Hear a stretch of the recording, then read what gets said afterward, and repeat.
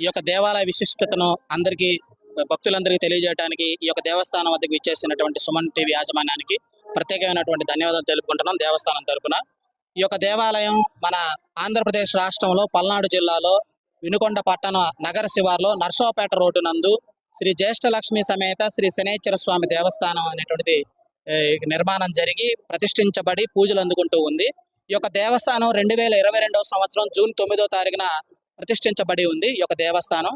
అయితే దాంట్లో భాగంగా వార్షికోత్సవం ఈ నెల జూన్ 9వ తారీఖున 3వ సంవత్సరం వార్షికోత్సవ కార్యక్రమం జరుగుతున్నాయి కాబట్టి ఆ యొక్క వార్షికోత్సవ కార్యక్రమంలో భాగంగా మొత్తంగా 5 రోజుల కార్యక్రమం నిర్వహించడం జరుగుతుంది.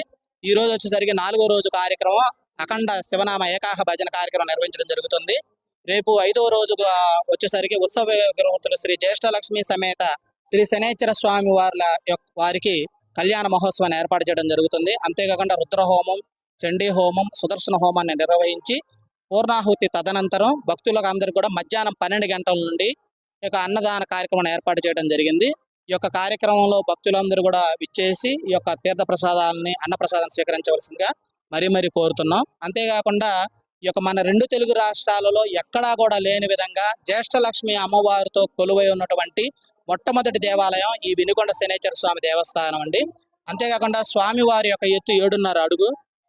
దీని యొక్క పరమార్థం ఏంటంటే మనకి ఏలి నడిసి అనేటువంటిది ఇది 7.5 సంవత్సరం ఉంటుంది కాబట్టి దాని ప్రతీకగా స్వామివారి యొక్క ఎత్తు 7.5 అడుగు ఉంటుంది. ఇటువంటి స్వామివారిని అభిషేకం చేసుకున్నట్లయితే ఏలి నడిచిన దోషం నివారణ అవుతాయి. అంతేకాకుండా జ్యేష్ఠలక్ష్మి అమ్మవారు మహాలక్ష్మికి అక్కగారు కాబట్టి ఈ యొక్క అమ్మవారు తమిళనాడు స్టేట్ లో మాత్రమే కొలువై ఉన్నారు. మొట్టమొదటిసారిగా మన ఆంధ్ర రాష్ట్రంలో అమ్మవారు కూడా అంతేకాకుండా ఇక్కడ ధ్వజములు కూడా కీర్తి ధ్వజము అంటే ఎంతో విశిష్టమైనటువంటి ఆగమశాస్త్ర ప్రకారం నిర్మాణమైనటువంటి ఈ యొక్క ఆలయంలో ఈ యొక్క మకర, కుంభ, మీన రాశి వారికి ఏలినాటి శని దోషాలు ఉన్నాయి. మరియు కర్కాటక రాశి వారికి అష్టమ శని దోషం ఉంది.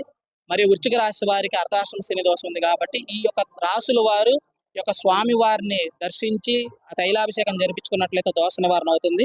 ఈ యొక్క దేవస్థానం ప్రతిరోజు ఉదయం 6 గంటల నుంచి 12 గంటల వరకు భక్తుల కొరకు తెరిచే ఉంటుంది. మరియు సాయంత్రం 6 గంటల నుంచి సాయంత్రం 8 గంటల వరకు ఉంటుంది. కాబట్టి ప్రతిరోజు స్వామివారికి నిత్యాభిషేకం జరుగుతుంది. కాబట్టి ఎప్పుడైనా కానీ ఈ యొక్క దేవాలయాన్ని సందర్శించి స్వామివారికి అభిషేకం చేసుకుని దోష నివారణ చేసుకోవాలని మనస్ఫూర్తిగా కోరుతున్నాం. ఈ యొక్క స్వామివారి దేవాలయ విశిష్టతను తెలియజేయడానికి ముందుకు వచ్చినటువంటి ఈ యొక్క సుమన్ టీవీ వారికి మా యొక్క శ్రీ జ్యేష్ఠలక్ష్మి సమేత శ్రీ శనేశ్వర స్వామి దేవస్థానం యాజమాన్యం తరపున, అర్చక బృందం తరపున మేము ప్రత్యేకమైనటువంటి ధన్యవాదాలు, కృతజ్ఞతలు తెలుపుకుంటున్నాం. ఓం శం శనేశ్వరాయ నమః.